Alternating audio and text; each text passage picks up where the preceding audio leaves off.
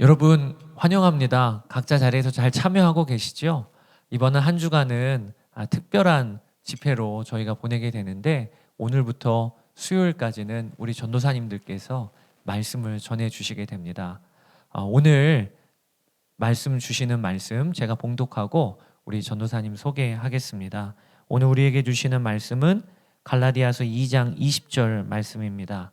제가 봉독하고 여러분 각자의 자리에서 함께 읽으시면 좋겠습니다. 내가 그리스도와 함께 십자가에 못 박혔나니 그런즉 이제는 내가 산 것이 아니요 오직 내 안에 그리스도께서 사신 것이라. 이제 내가 육체 가운데 사는 것은 나를 사랑하사 나를 위하여 자기 몸을 버리신 하나님의 아들을 믿는 믿음 안에서 사는 것이라. 아멘. 오늘 첫날 말씀을 전해주시는 분은 우리 김예람 전도사님이십니다. 내가 붙잡은 십자가라는 전체 주제를 가지고 오늘은 갈라디아서 2장 20절 말씀 제목은 Wherever You Go 라는 제목으로 말씀을 전해주시겠습니다.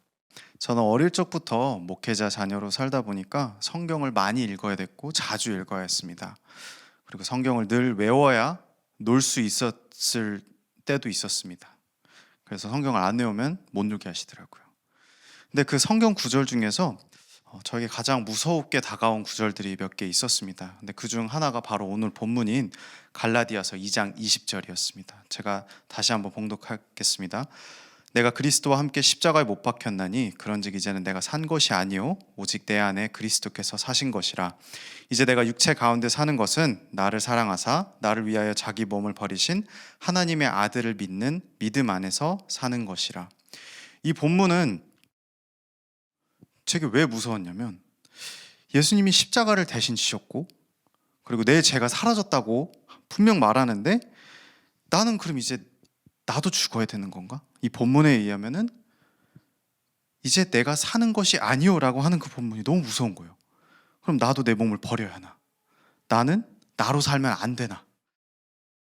근데 나로 산다는 것, 나답게 산다는 것, 얼마나 꿈과 희망이 들어있는 그런 말처럼 들리는지. 그래서 저는 신학교를 다니고 그리고 전도사 생활을 하면서도 이 질문이 해결이 안 됐습니다.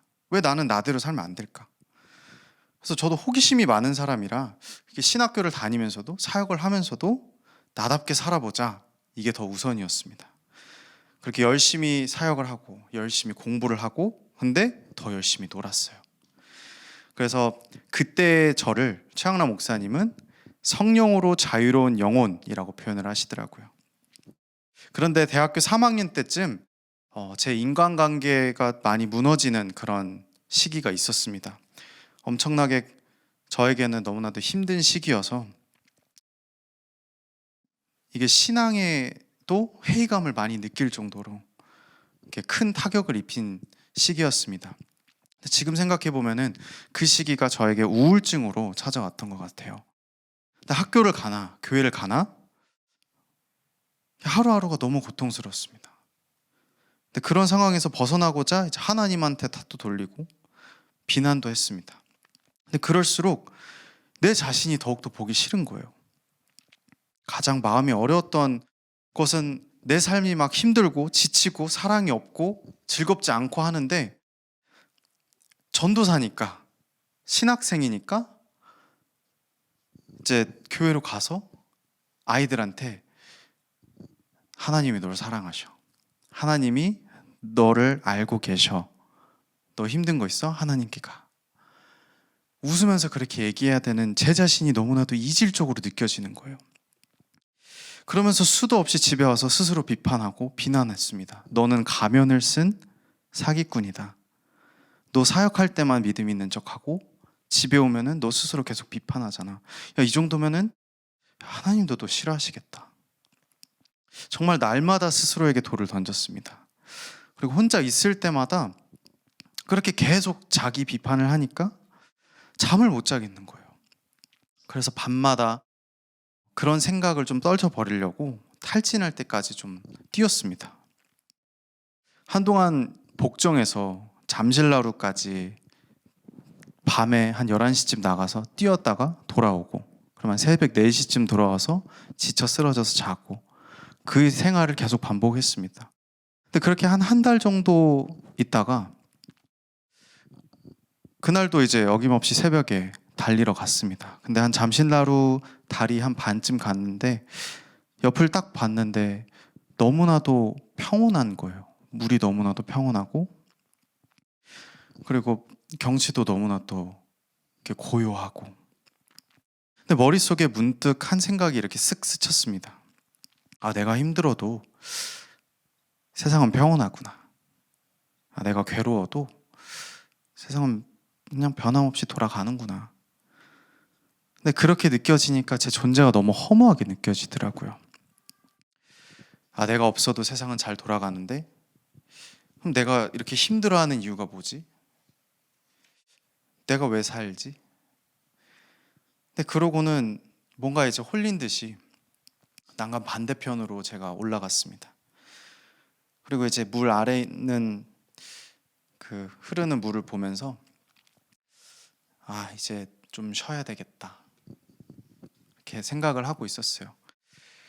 근데 그 순간 분명 새벽이었는데 주위에도 아무도 없었는데 제 뒤통수 너머로 뭔가 분명하고 따뜻한 온기가 이게 딱 느껴지는 거예요.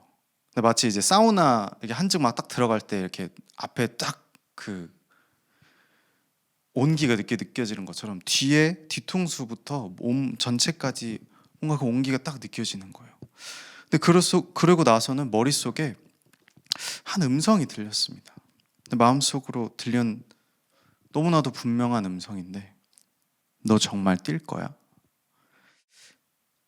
근데 분명 처음 듣는 음성인데 너무 낯설지가 않은 거예요. 근데 딱 한 문장, 딱 그 한 질문이었는데 그 말투는 저를 너무나도 잘 알고 있는 그런 말투였습니다. 그 속에서 너 안 뛸 거잖아. 너 안 뛰고 싶잖아. 너 그냥 힘든 거잖아. 근데 그 마음속에 제가 듣고 싶었던 그 위로의 말들, 그 한 번쯤 듣고 싶었던 그 말들이 그 문장 하나에 다 들어가 있는 거예요. 근데 그 질문을 듣자마자 저도 누군지를 바로 알았습니다. 아이들에게 수없이 설교했던, 그리고 학교에서 수없이 들어왔던 딱 그분, 예수님이셨어요. 저는 다시 정신을 차리고 난간 반대편으로 다시 넘어와서 통곡을 했습니다. 그렇게 하나님을 처음 만났어요. 근데 그 이후로 바로 변화가 딱 일어났으면 너무나도 좋은 간증거리가 되어서 이제 누누이 다시 전했을 텐데 그러지 못했어요.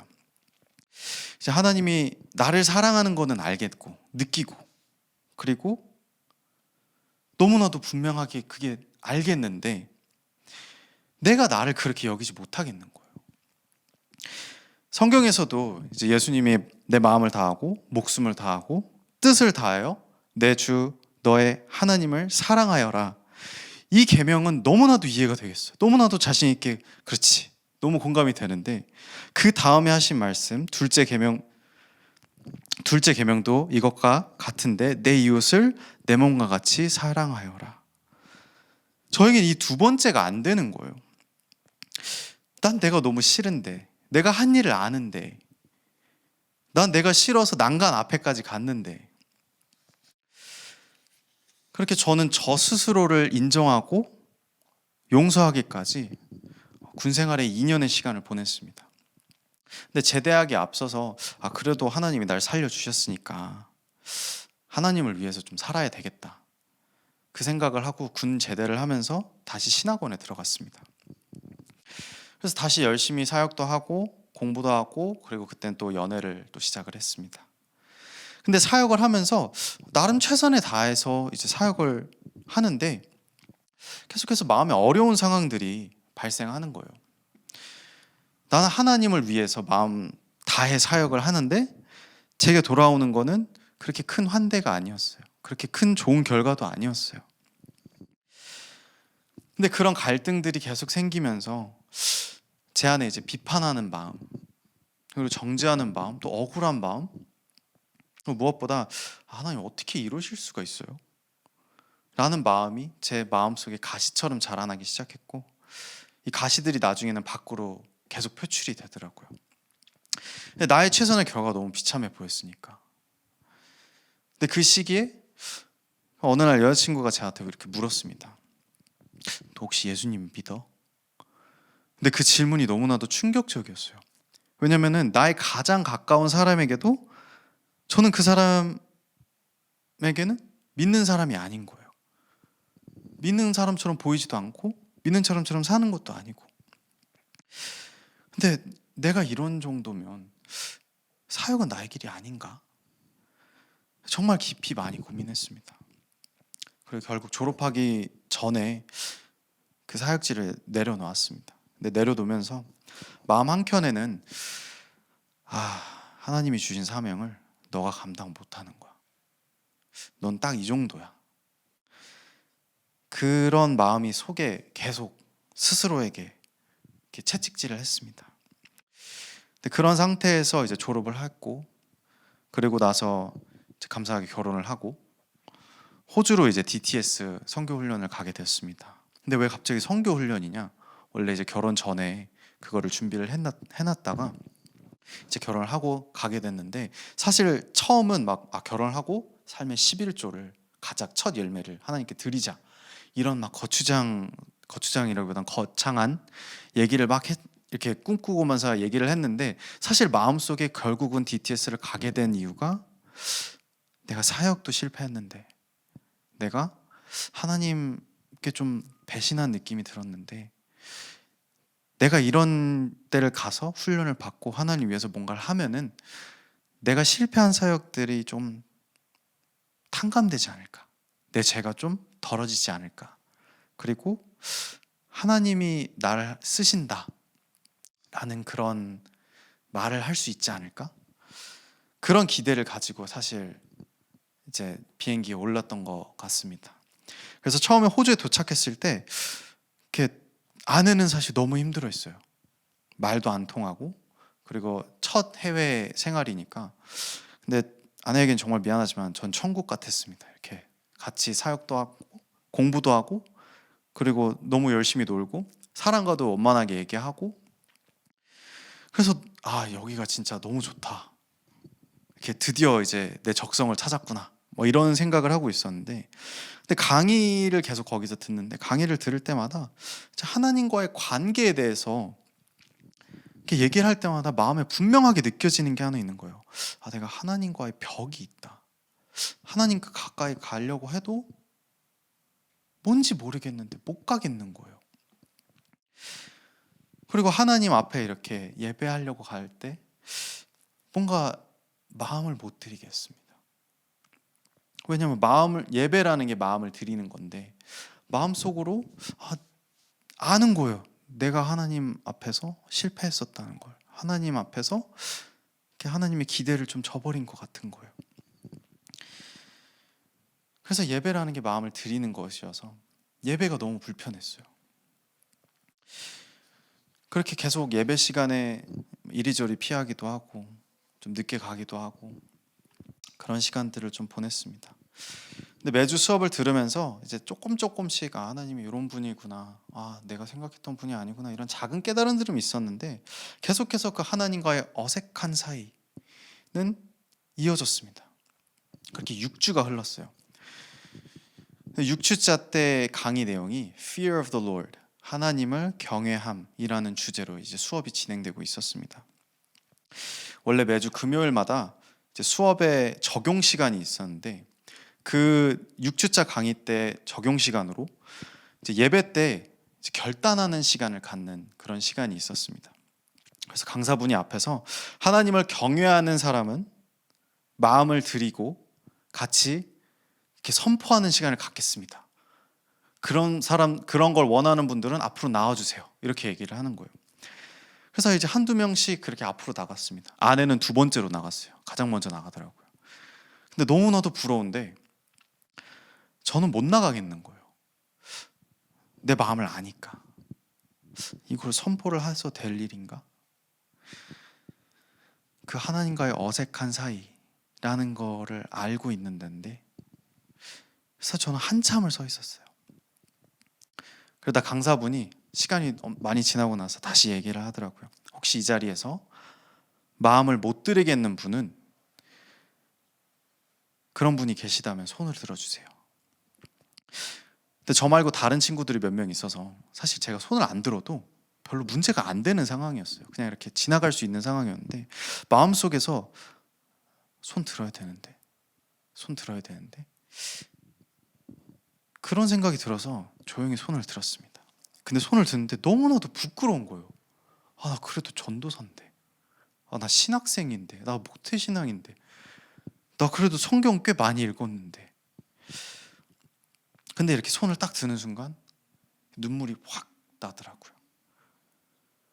왜냐하면 그때가 제가 처음으로 내가 하나님과의 관계에 문제가 있다라는 걸 스스로 인정하는 시간이었어요. 그래서 저는 앞으로 나갔어요. 그 강사분이 얘기한 대로 앞으로 나가서 그 가운데서 그 스태프들과 친구들이 이제 저를 위해서 다 같이 기도해 줬습니다. 다 같이 기도해 주고 정말 이렇게 눈물바다로 수업을 마쳤습니다. 근데 사실 그때 이제 막 하나님을 막 뜨겁게 만났다 이런 게 아니라 그냥 개운하게 울었다, 그냥 이렇게 쏟아냈다 이런 느낌이었어요. 이제 심리학에서도 그렇게 얘기하잖아요. 이게 문제를 직면하는 것이, 아니 문제를 깨닫는 것 자체가 이제 해결의 시작이라고. 그래서 이제 하나님과의 수많은 벽 중 하나를 깼다. 이제 이 벽이 있다는 걸 느꼈으니까 나중에 뭐 언젠가 이제 시간이 지나면 만나겠지. 그렇게 이제 별다른 이제 뭐 특별한 마음 없이 하루를 마무리를 하고 이제 샤워를 하러 이제 밤에 이제 샤워실로 향했습니다. 근데 그날따라 이제 들어갈 때 마음이 조금 다르더라고요.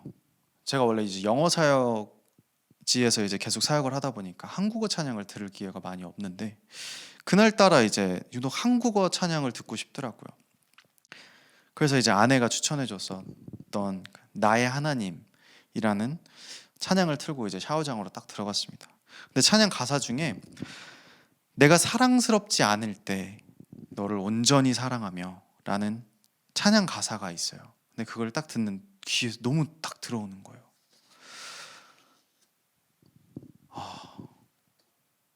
내가 사랑스럽지 않을 때 너를 온전히 사랑하며. 이게 머릿속으로는 이해가 되는데 마음으로는 이해가 안 가더라고요. 그래서 샤워를 하면서 이제 스치듯이 마음속으로 이제 기도를 했습니다. 하나님, 저거 이해하고 싶어요. 그리고 오늘 수업에 있었던 그 하나님을 경외한다는 거, 저 그거 하기를 좀 원합니다.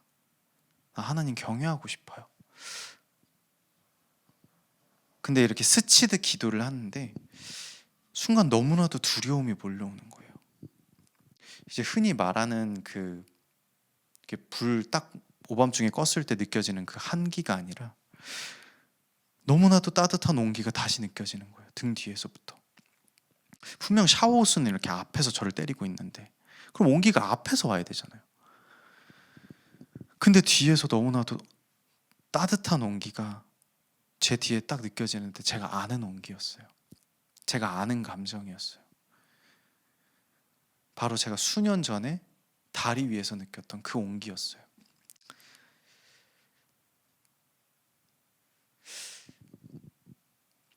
저는 그동안 하나님께 보답한다면서 열심히 사역도 하고 많이 노력도 했습니다. 근데 아무리 열심히 해도 노력해도 만족하지 못하더라고요. 그래서 그 모습을 보면서 많이 좌절했습니다. 그래서 나는 하나님과 멀어졌다. 하나님은 나랑 요 정도 거리다. 내가 요 정도 있는 게 하나님께 더 이득이다. 이런 생각도 했던 것 같아요. 근데 하나님은 아니었어요. 하나님은 예전 그대로 저를 똑같이 보고 계신 거예요. 하나님께 나아가는 것에 내가 무엇을 얼마나 이뤄야 되는지, 얼마나 쌓아야 되는지 이건 중요하지 않은 거예요. 내가 하나님을 밀어내도 하나님은 나에게 오는 거에 대해서 그 어떤 장애물이, 그 어떤 걸림돌이 없는 거예요. 그냥 하나님이 유일하게 중요하게 여기신 것은 바로 나였습니다.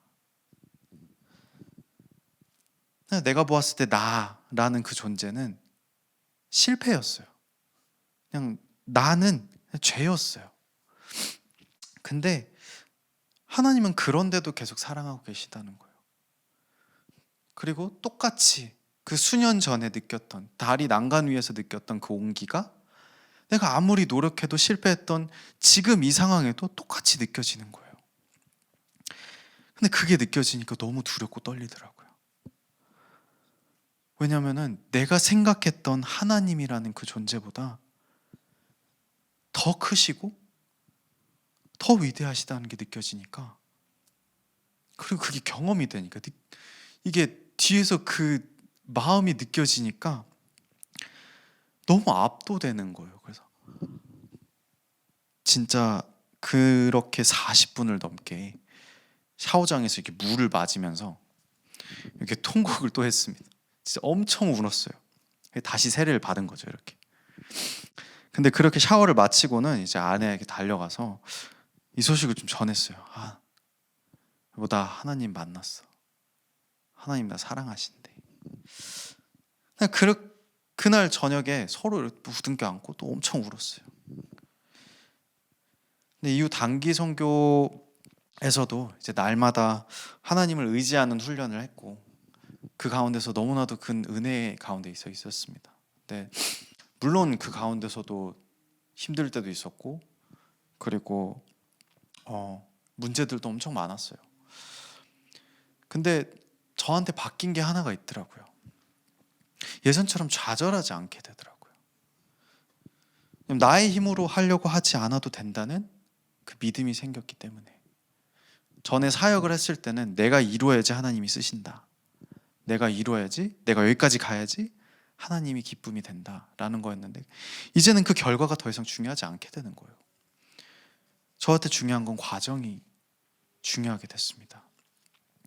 왜냐하면 그 과정 속에서 내가 하나님의 음성을 듣고 하나님과 친해진다면, 하나님이 얘기하신 대로 내가 따라가는 거에 그게 목적이라면, 그 결과가 좋든 안 좋든 그건 나한테 중요하지 않게 되는 거예요.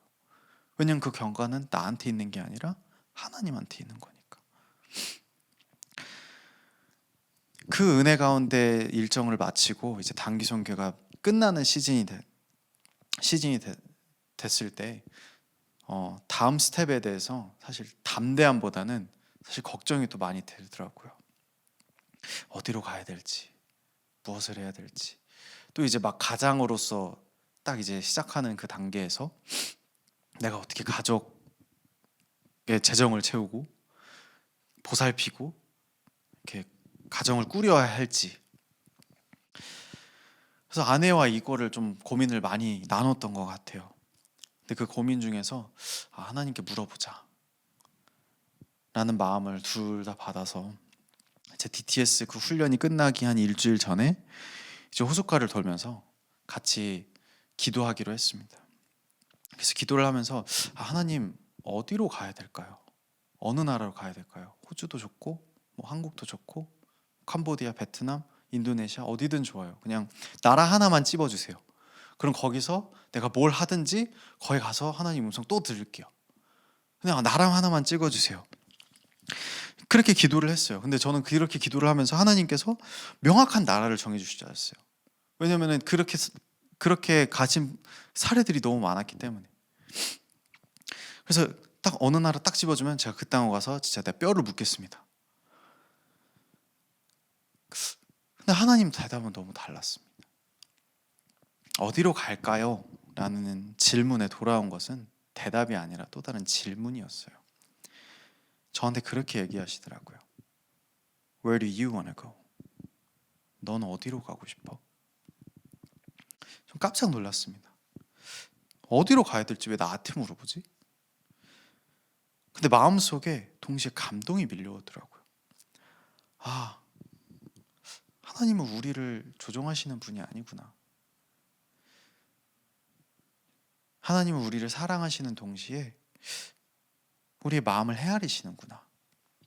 내 의견을 들으시는구나. 그때 하나님이 인격적이다 라는 그 의미를 그날 체험했던 것 같아요. 하나님은 저에게 그렇게 질문하시고 바로 이렇게 말씀하셨어요. Wherever you go, I will provide. Wherever you go, I will provide. 너가 어디에 가든지 내가 공급할게. 내가 채워줄게. 그 말을 듣고 너무 기대가 되더라고요. 나를 생각하시는 하나님이 나를 어디로 이끄실지, 어디로 보내실지, 누구와 만나게 하실지 더 이상 제 앞날이 걱정이 안 되고 기대가 되더라고요. 하나님이 나를 어떻게 사용하실지. 내가 어디로 가든 하나님과 함께 간다면 두려울 게 없어지는 거예요. 그게 바로 동행이더라고요. 그렇게 저와 아내가 호주를 떠나서 하나님의 이끄심으로 오게 된 곳이 바로 이곳 비울드 교회입니다. 그리고 하나님은 그때부터 지금까지 저와 아내에게 필요한 모든 것들을 채워주셨어요. 정말 상상할 수 없는 방법으로도 저희 재정과 그리고 필요한 것들을 다 채워주셨습니다. 그리고 앞으로 또 계속해서 그렇게 채워주실 것을 저는 너무나도 분명하게 믿고 있어요. 사랑하는 여러분, 저는 이제 더 이상 갈라디아서 2장 20절의 내용이 두렵지 않게 됐습니다. 왜냐하면 내가 죽고 예수로 산다는 것은 오히려 내가 살게 되는 것이기 때문입니다. 진짜 나다운 모습으로 살게 된다는 것, 바로 하나님의 자녀로 살게 된다는 것입니다. 자녀가 안정감을 느낄 때가 언제냐면 부모가 공급자라는 것을 알게 될 때입니다.